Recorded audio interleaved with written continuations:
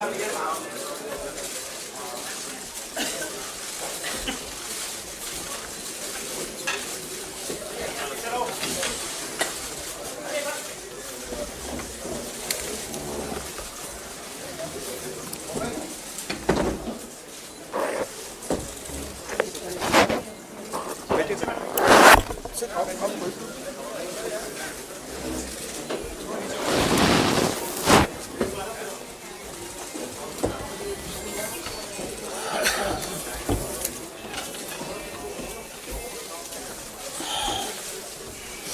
साथियों, आप सबका स्वागत है। नमस्कार साथियों, आप सबका स्वागत है। इस प्रेस कॉन्फ्रेंस की शुरुआत कांग्रेस अध्यक्ष जी मल्लिकार्जुन खड़गे जी करेंगे। वो आपको पहले संबोधित करेंगे। मल्लिकार्जुन खड़गे जी, कांग्रेस अध्यक्ष।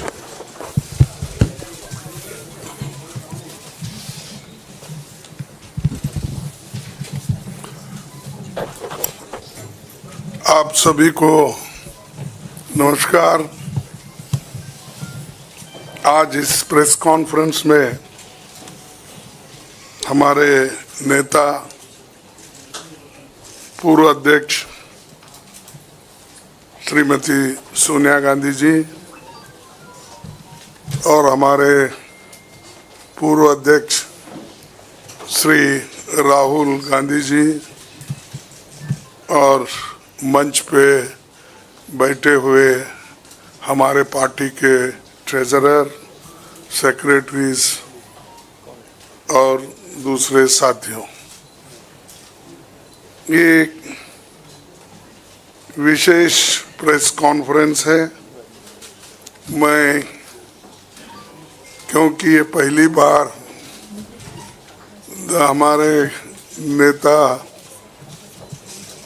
इस चंद इश्यू पे वो कहेंगे और राहुल जी भी अपनी बात आखिरी में रखेंगे। मैं एक आपका समय 7-8 मिनट लूँगा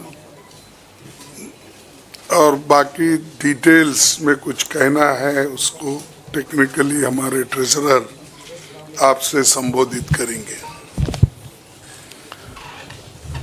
दोस्तों, ये तो 18वीं लोकसभा के आम चुनाव की घोषणा तो हो चुकी है। देश का हर एक नागरिक इसमें भाग लेने के लिए उत्सुक है। भारत पूरी दुनिया में अपने लोकतंत्र मूल्यों और आदर्शों के लिए जाना जाता है। किसी भी लोकतंत्र के लिए निष्पक्ष चुनाव अनिवार्य होता है, एसेंशियल होता है। साथ ही ये भी अवश्य होता है कि सभी राजनीतिक दल के लिए लेवल प्लेइंग ग्राउंड यानी समान लेवल प्लेइंग फील्ड हो, सभी के पास समान रूप से संसाधन हो। ये नहीं कि जो सत्ता में है उनका रिसोर्सेस पर मोनोपोली हो। ये नहीं कि उनका मीडिया पर एक अधिकार हो। ये नहीं कि सत्ताधारी दल का संवैधानिक तथा न्यायिक संस्था जैसे आईटी, ईडी, इलेक्शन कमीशन, इन अपने दूसरे ऑटोनमस बॉडीज पर प्रत्यक्ष अथवा परोक्ष नियंत्रण हो। दुर्भाग्य से जो पिछले दिनों में सुप्रीम कोर्ट के हस्तक्षेप के बाद जो इलेक्ट्रल बॉन्ड, चुनावी चंदा बॉन्ड के बारे में जो तथ्य निकलकर सामने आए वो बहुत ही चिंताजनक है, शर्मनाक भी है, क्योंकि इससे हमारे देश के छवि को ठेस पहुंची है। हमारे देश ने पिछले 70 सालों में निष्पक्ष चुनाव और स्वस्थ लोकतंत्र की छवि बनाई थी, उस पर प्रश्न चिन्ह आज उठ गया है।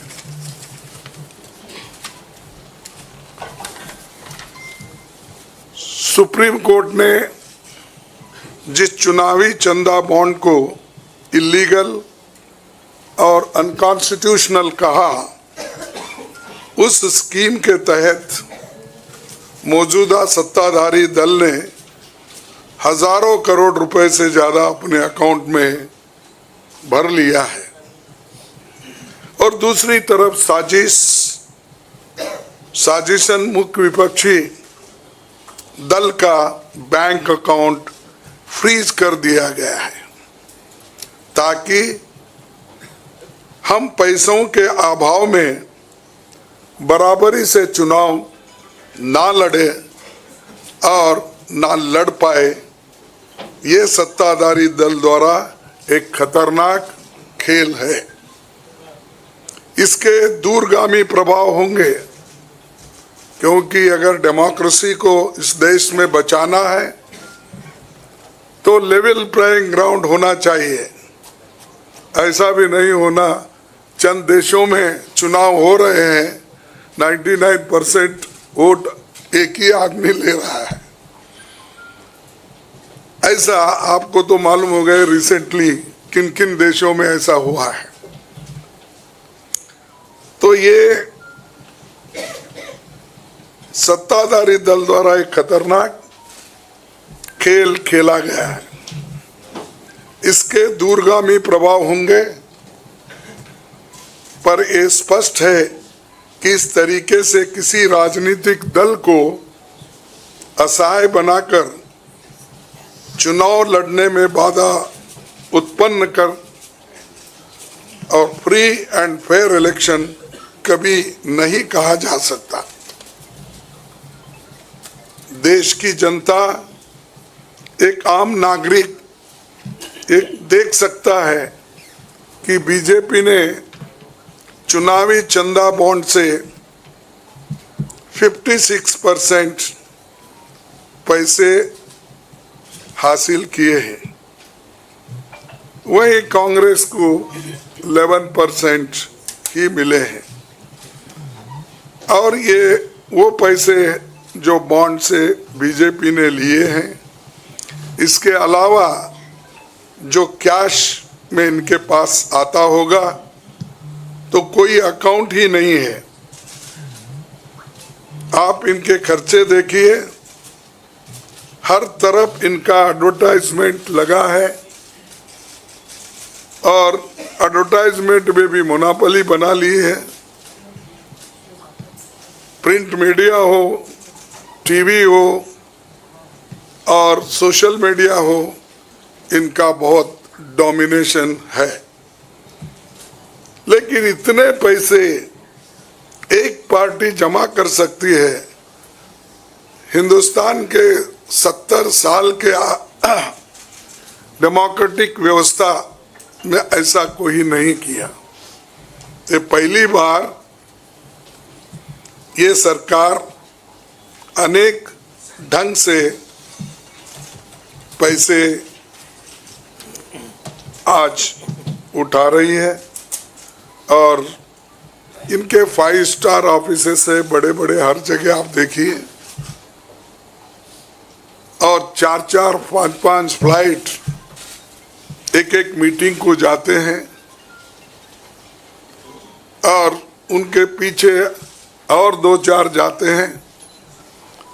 एक मीटिंग का इतना खर्च होता है तो शायद ही कोई पार्टी, अपोजिशन पार्टी उसका 10% भी नहीं कर सकती मुकाबला। मैं कहना नहीं चाहता कि बीजेपी ने किस तरीके से कंपनियों से पैसे लिए, क्योंकि सुप्रीम कोर्ट तथ्यों की जांच कर रही है। हमें उम्मीद है कि सच्चाई बहुत जल्द हम सब के सामने आएगी। और अंत में मैं देश के संवैधानिक संस्थाओं से अपील करता हूं कि अगर वो फ्री एंड फेयर इलेक्शन चाहते हैं तो हमारी पार्टी को बगैर किसी रोक टोक से बैंक अकाउंट्स का इस्तेमाल करने दे, और जो इनकम टैक्स का क्लेम है वो अंततः कोर्ट के निर्णय के अनुसार सेटल हो जाएगा। राजनीतिक दल टैक्स नहीं देते, बीजेपी कभी इनकम टैक्स नहीं दी, लेकिन ये लागू सिर्फ कांग्रेस पे हो रहा है। कोई पॉलिटिकल पार्टी इनकम टैक्स के दायरे में नहीं आते, सच है ना? सेटल हो जाए। राजनीतिक दल नहीं आते, बीजेपी ने कभी नहीं दिया अकाउंट। इसके बाद भी अगर हमसे ये मांगा जा रहा है तो हम न्यायालय के अंतिम निर्णय का इंतजार कर रहे हैं, क्योंकि हम चाहते हैं कम से कम न्यायालय तो इस बात को देखे, कानून को देखे, रूल ऑफ लॉ और गवर्नेंस जो संविधान के तहत होता है उसके तरफ तो ध्यान दे दो, क्योंकि आज वो हुकूमत में है, कल दूसरी पार्टी आएगी। लेकिन हमको ये लेवल प्लेइंग ग्राउंड जो हमने पहले से बनाया था, नेहरू जी से लेकर हम 89 और बाकी के लोग भी, जब इवन वाजपेयी थे उस वक्त भी ऐसा नहीं था।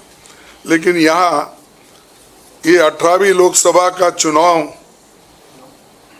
जो हो रहा है, इसमें हम सब देख रहे हैं, ये कुचल रहे हैं, सप्रेस कर रहे हैं, और हमको चुनाव लड़ने के स्थिति में वो नहीं छोड़ना चाहते हैं, और पैसे को तंग तबाह करके वो एक तरफा इलेक्शन कर लेना चाहते हैं।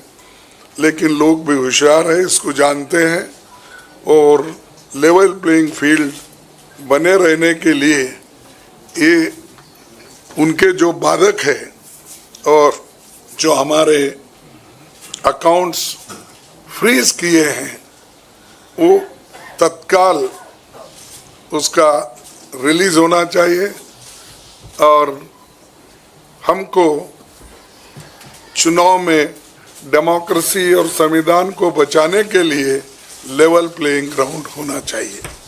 धन्यवाद। शुक्रिया कांग्रेस अध्यक्ष जी। मैं अभी हमारे कांग्रेस पार्टी के संसदीय दल के नेता श्रीमती सोनिया गांधी जी से गुजारिश करूंगा कि आपको संबोधित करें।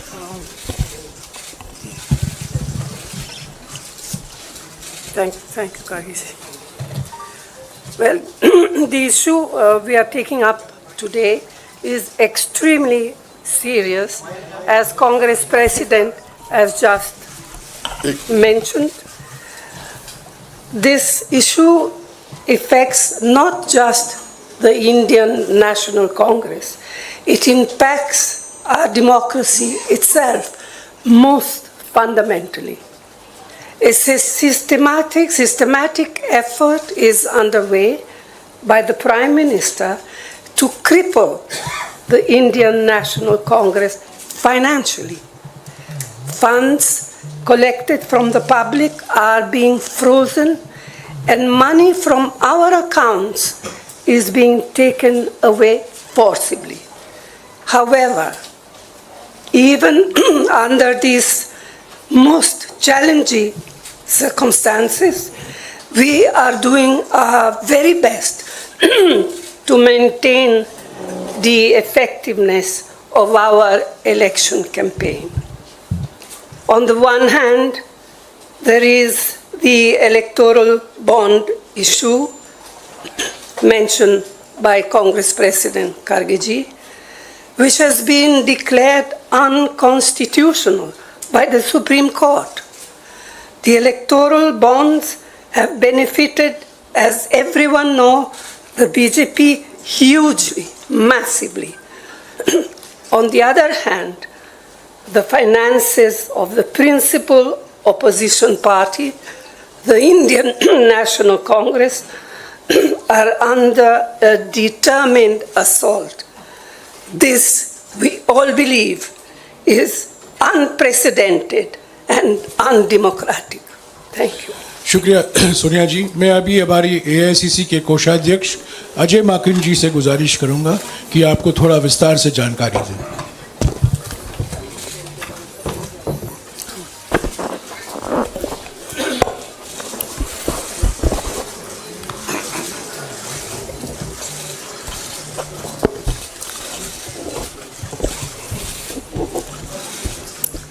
धन्यवाद जयराम जी, आप सब लोगों का बहुत बहुत स्वागत है।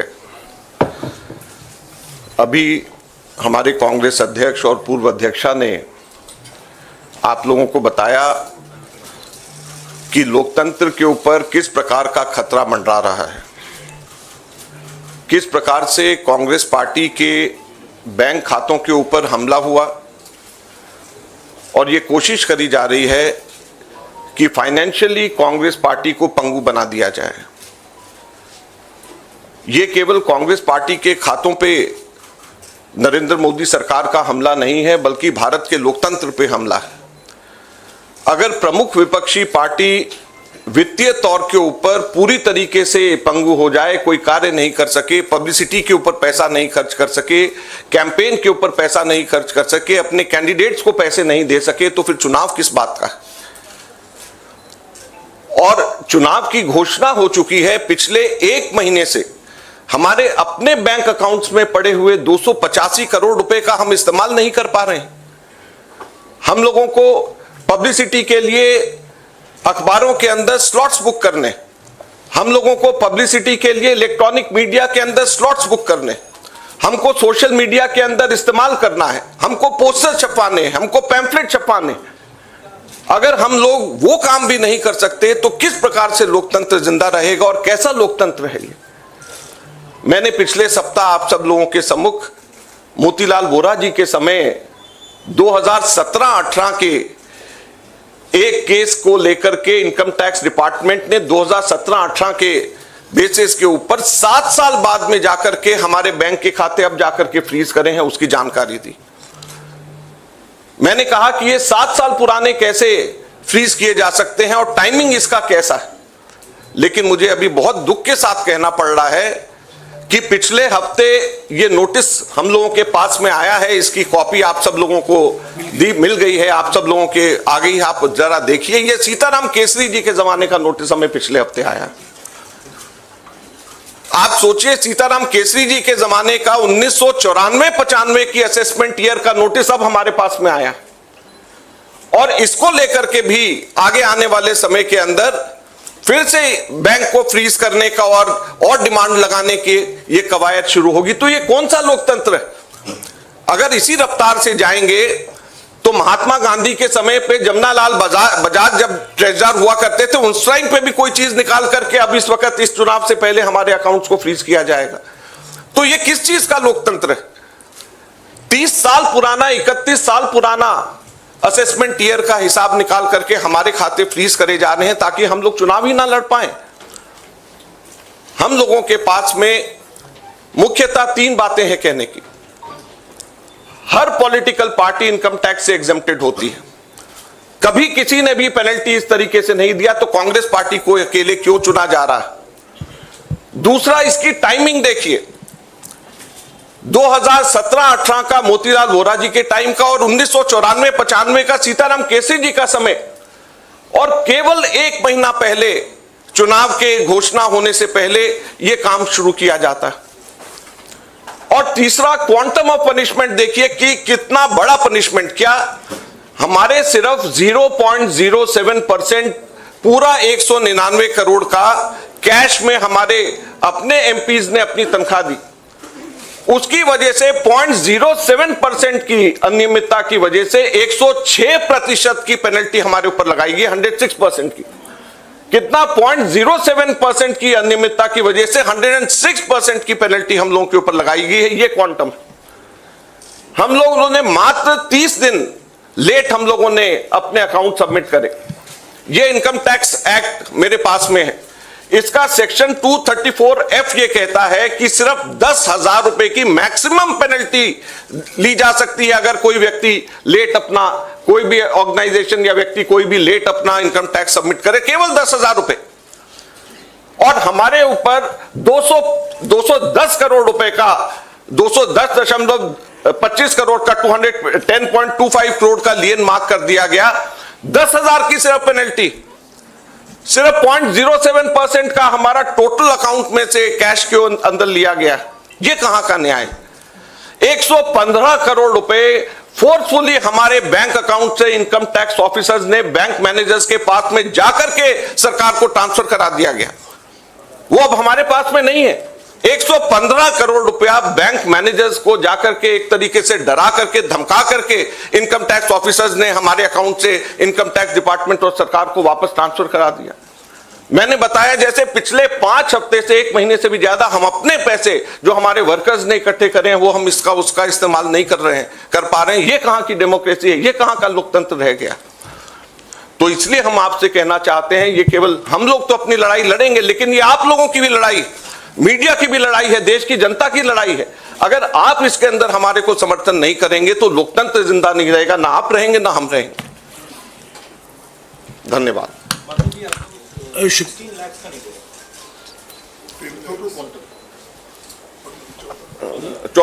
हमारा टोटल जो है 14,40,000 बनता है, जो 0.07% है। तो सिर्फ 14,40,000 जो हमारा 0.07% है, उसकी वजह से हमारे को ऊपर 210 करोड़ रुपए से भी अधिक का हमारे ऊपर लियन मार्क करके हमारी पेनल्टी लगाई गई है। तो आप सोचिए 14,40,000 के बदले 210 करोड़ रुपए की पेनल्टी हमारे ऊपर लगाई गई है। ये कहां का लोकतंत्र है? शुक्रिया अजय माकन जी। आखिर में मैं राहुल गांधी जी से गुजारिश करूंगा कि वो आपको संबोधित करें।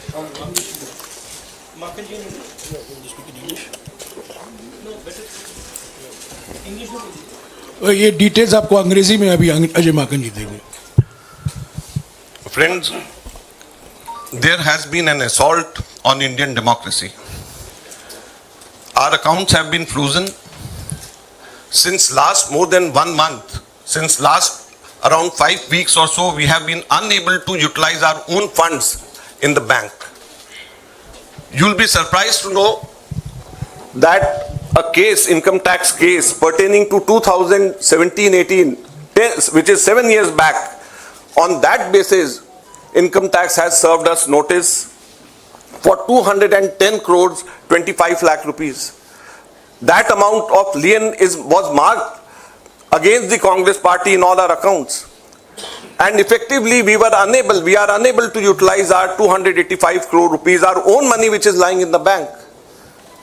The most important thing is the timing and the exemptions which all the political parties enjoy. When all political parties enjoy income tax exemption, then why is it being slapped on the Congress party?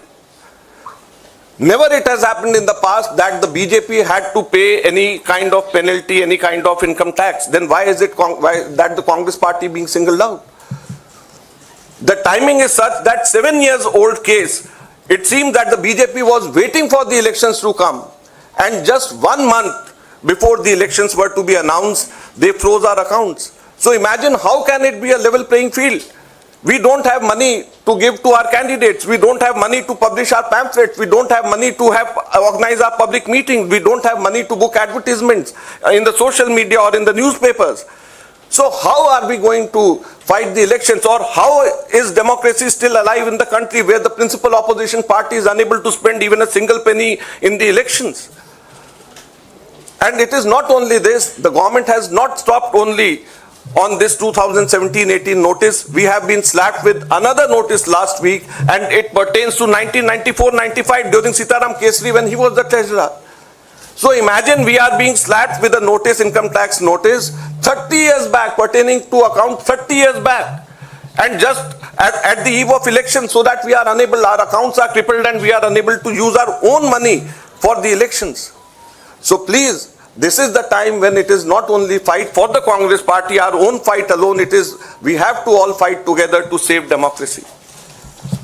The Income Tax Act, section 234F, allows maximum penalty of rupees 10,000 for late submission of income tax returns. Maximum penalty of 10,000 rupees.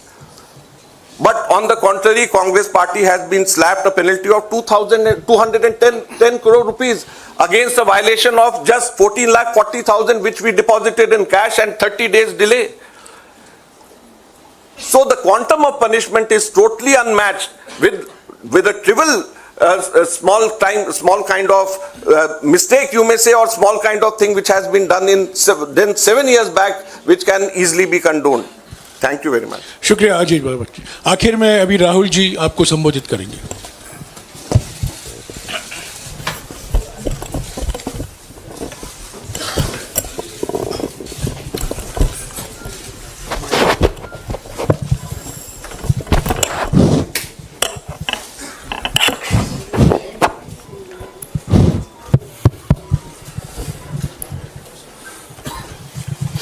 Thank you for coming here this morning. If any of you imagine, anybody in the country imagines what happens when your bank account, your ATM card, your entire financial identity is erased, right? You can imagine if it is done to a family, the family will starve to death. If it is done to a business, the business will be crippled. Right? This is what has been done to the Congress party 1 month back. All our bank accounts have been frozen. We can do no campaign work. We cannot support our workers. We cannot support our candidates. Our leaders cannot fly from one part of the country to the other. Forget fly. They can't take a railway train. And this has been done literally 2 months before the election campaign. Why has it been done? One notice comes from the 90s, another notice comes from 6-7 years ago. Quantum amount, 14 lakh rupees. And punishment, our entire financial identity. Right? What's interesting to me is that there are institutions in this country that are supposed to protect the democratic framework. There are the courts in the country, there's the election commission in the country, right? And nothing is happening. The election commission has not even said, wait a minute, you have frozen the bank account of the largest, of one of the biggest political parties, largest opposition in the country. And already our ability to fight the election has been damaged. We've already lost a month. As Makanji said, we are unable to get slots for advertising. We are unable to put ads in newspapers. And so what sort of a democracy is this? This is a criminal action on the Congress party. And it's a criminal action done by the Prime Minister and the Home Minister. It's very clear. This type of activity does not happen without them in today's India. And so the idea that India is a democracy, this is a lie. There's no democracy in India today. The idea that India is the world's largest democracy, it's a lie. It's a complete lie. 20% of India votes for us, and we are not able to pay 2 rupees for anything. Right? And it has been orchestrated to cripple us in the elections. Now, even if our bank accounts are unfrozen today, huge amount of damage has been done to Indian democracy. And no court is saying anything. No election commission is saying anything. No institution is saying anything. Media is not saying anything. It's ridiculous. And it's your duty, no, and I'm not just speaking to the media, it is the duty of all the institutions of this country, it is the duty of the people of this country. You're being robbed of your most important asset. You're being robbed of your constitution, you're being robbed of your democratic structure, you're being robbed of the entire architecture, and everybody's just quiet. I can say it in Hindi. एक महीने पहले Congress party के सारे bank account freeze कर दिए गए. आप सोचिए, आप किसी परिवार के बैंक अकाउंट फ्रीज करिए, किसी व्यक्ति के बैंक अकाउंट फ्रीज करिए, किसी बिजनेस के बैंक अकाउंट फ्रीज करिए, किसी भी संस्था के बैंक अकाउंट फ्रीज करिए, होता क्या है? एकदम खत्म हो जाता है.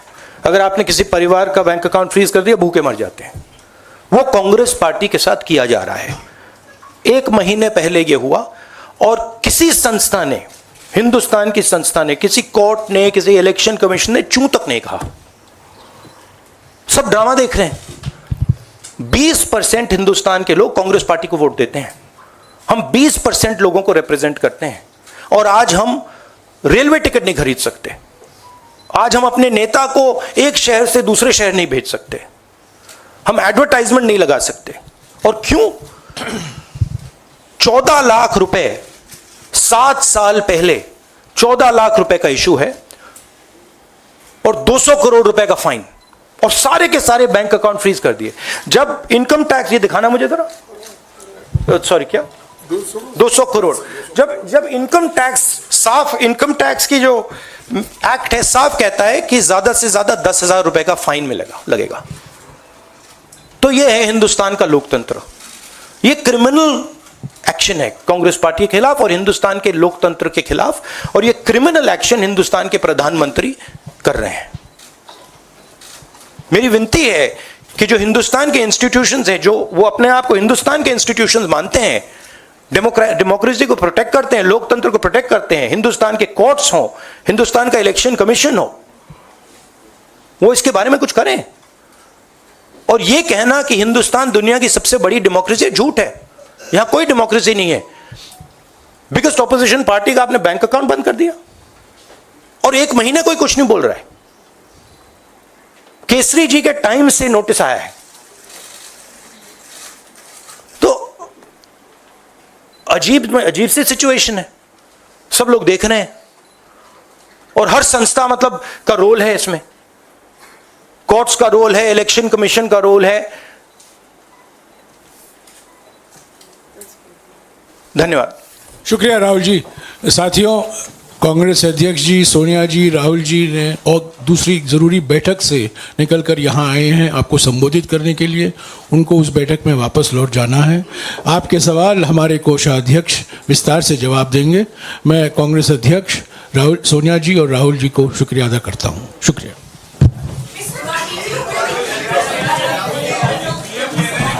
No, 1 second. Look, 1 second. Look, please understand. This is not freezing of the Congress party's bank accounts. This is the freezing of Indian democracy. That is what is happening here. Okay. So we are unable, as the biggest opposition party, we are unable to take any action. There's no action we are able to take. We cannot send our leaders anywhere. We cannot book advertisements. We cannot do anything. What else is it if it's not an assault on democracy? Thank you.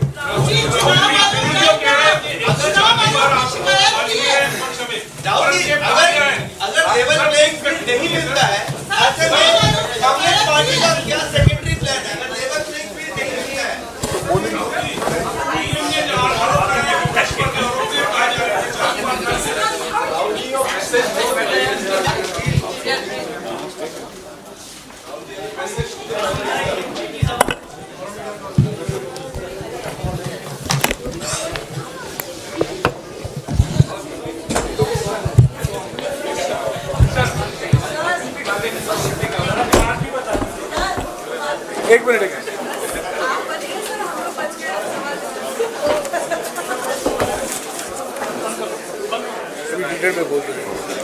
नहीं, कोई question पूछना है. साथियों, अभी कोषाध्यक्ष जी आपको विस्तार से संबोधित करेंगे.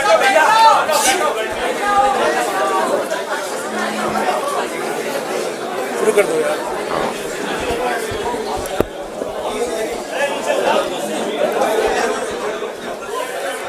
आप लोग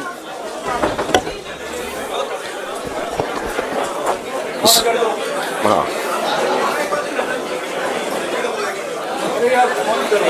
सब लोग सेटल हो जाएं।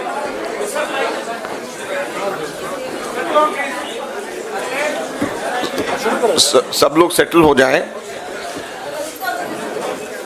अभी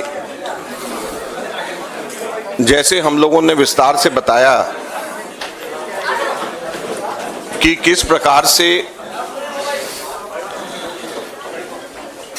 हम लोगों के बैंक अकाउंट्स के ऊपर हमला हुआ, अकाउंट्स को एक तरीके से पूरा फ्रीज किया गया,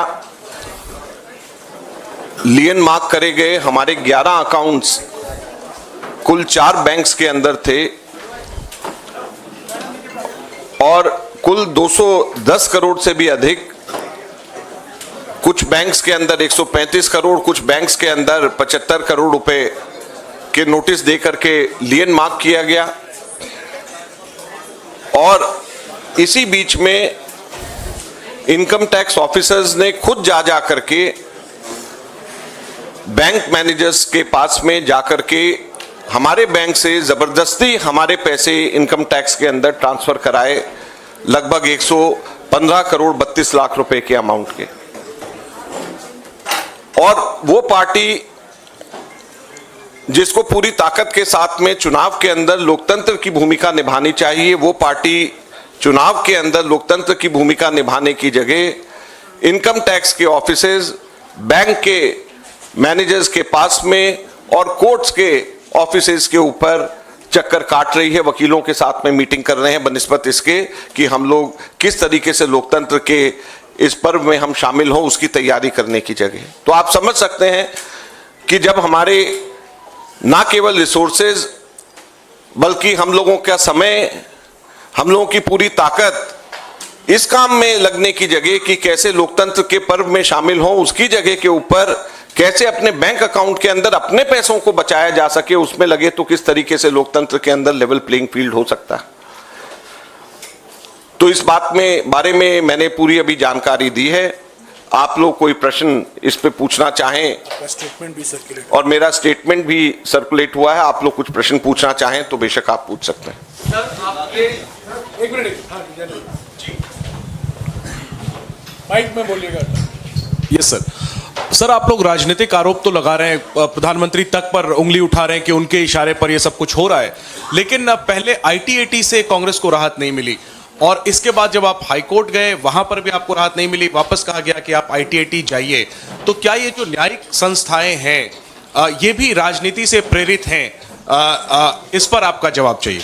देखिए, आईटीएटी न्यायिक संस्था नहीं है, ये क्वासी जुडिशियल बॉडी है। हाईकोर्ट ने हमारे को वापस आईटीएटी के पास में भेजा।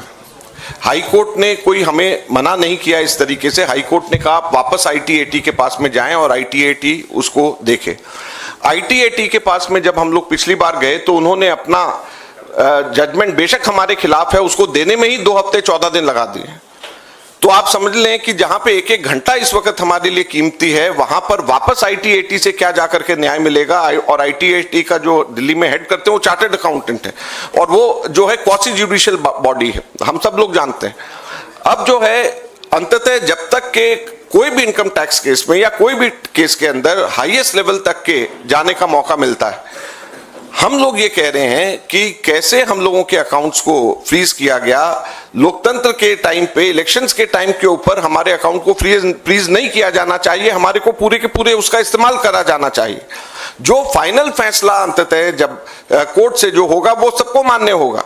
लेकिन अगर मान लीजिए कल को कोर्ट में जाकर के 3 महीने बाद हमारा फैसला हमारे हक में भी आ गया, तो ये समय 4 महीने का हमारे को कौन और लोकतंत्र को कौन वापस देगा। तो इसको लेकर के हम लोग आगे हाई कोर्ट और सुप्रीम कोर्ट में भी हम जाएंगे, कोर्ट का भी दरवाजा हम लोग खटखटाएंगे, लेकिन हम आपके माध्यम से जनता का दरवाजा भी खटखटाना चाहते हैं, अपने कार्यकर्ताओं का दरवाजा भी खटखटाना चाहते हैं और आपका दरवाजा भी खटखटाना चाहते हैं, ताकि आप लोगों को पता रहे कि किस तरीके से हालात हमारे देश में हो रहे हैं।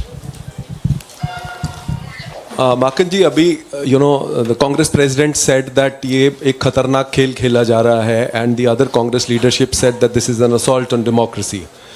जैसे Prime Minister has been continuously saying that, you know, India is the mother of democracy, or, you know, is India heading, जैसी situation है, you know, where the finances of the principal opposition party is being crippled. तो ऐसे में क्या is India heading towards a country like, you know, other dictatorship countries? You know, is it heading where the elections is one-sided and 95% votes goes? As the treasurer of principal opposition party, I can say there is no democracy. If I can't spend my own money collected from my own workers, so these 285 crores we collected through crowdfunding. It also included Youth Congress's membership money, it included our membership money, it included NSY's money. So if we can't spend our own money, where is democracy?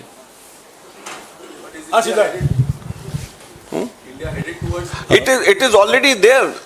Not why headed. It is already if the present situation is not a democratic situation where the principal opposition party doesn't know how to contest election, how to send money to its candidates.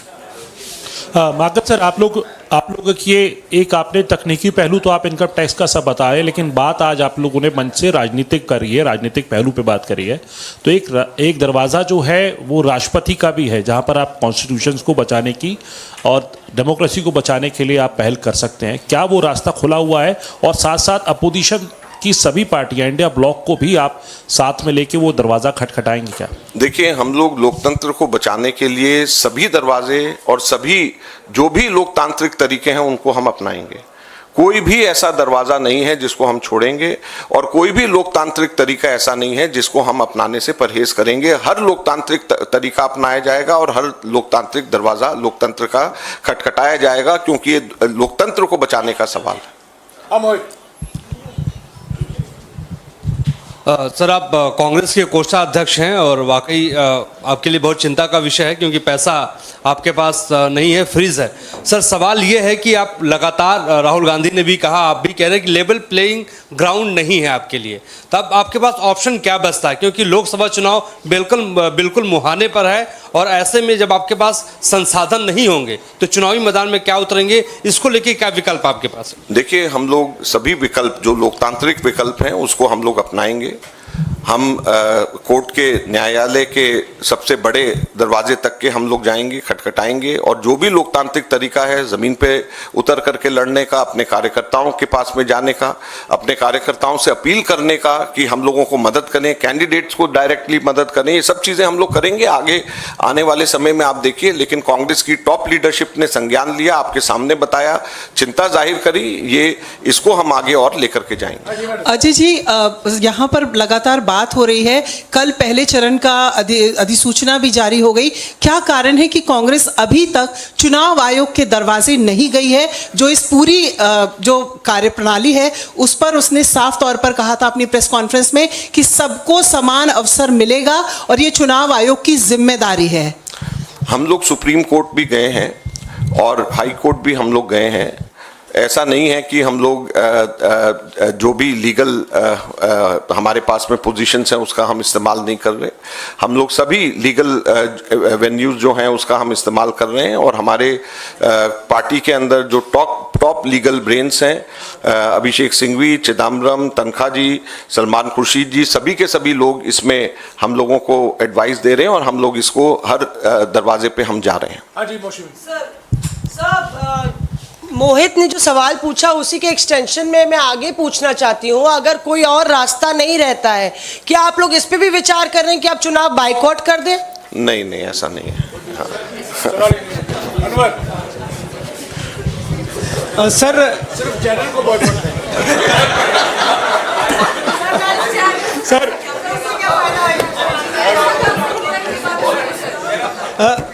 Sir आप tax return के मामले में कांग्रेस का account freeze हुआ है। आप लोग electoral bond, जो चुनावी बॉन्ड है, उसको बहुत बड़ा घोटाला कह रहे हैं। तो आप क्या अपेक्षा करते हैं चुनाव आयोग से कि सत्तारूढ़ पार्टी के खिलाफ कोई इस तरह की कार्रवाई होनी चाहिए?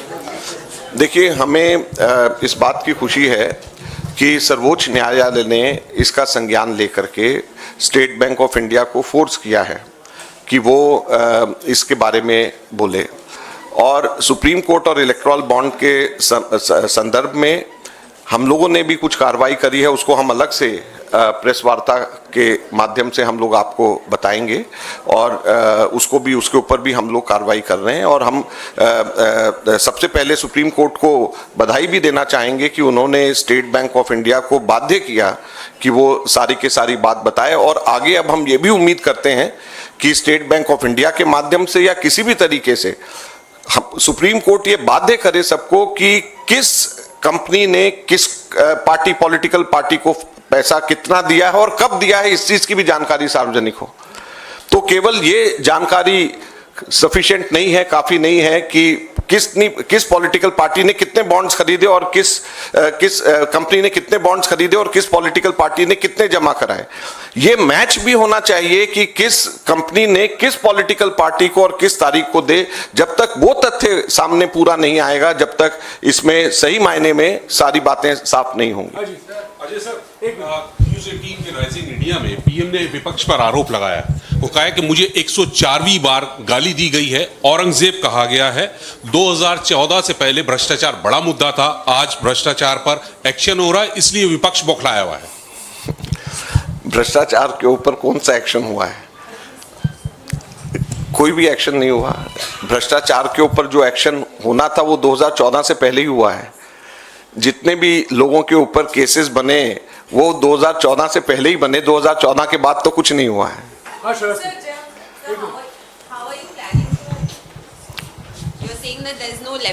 You're saying that there's no level playing field with the freezing of your account. So how are you planning to take this message forward to the people of the country that the level playing field is being deprived to the Congress party? Well, we are taking it through the press conference. This is the first step which we have done, and it is not the first time that I am doing so. This is my third press conference on this issue.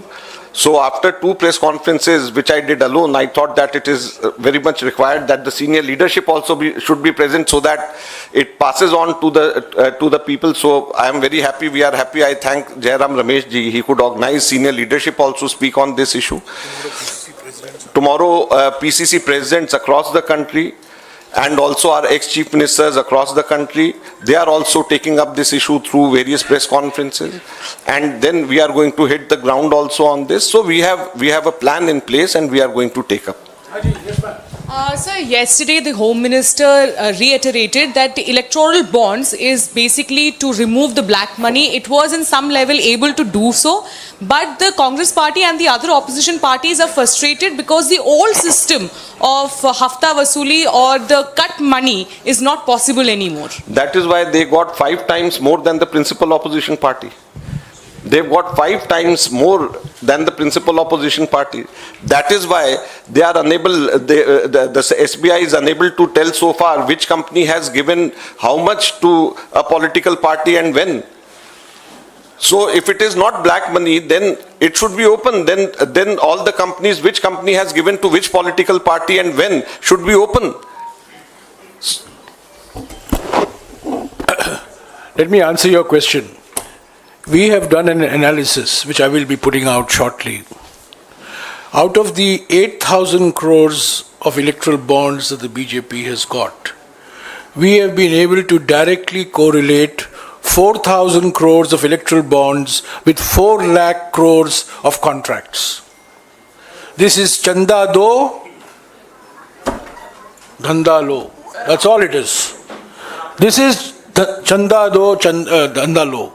4,000 crores out of 8,000 crores is directly linked with 4 lakh crores worth of contracts awarded by the government of India, not by any state government, awarded by the government of India. So the Home Minister should get his facts right. Thank you.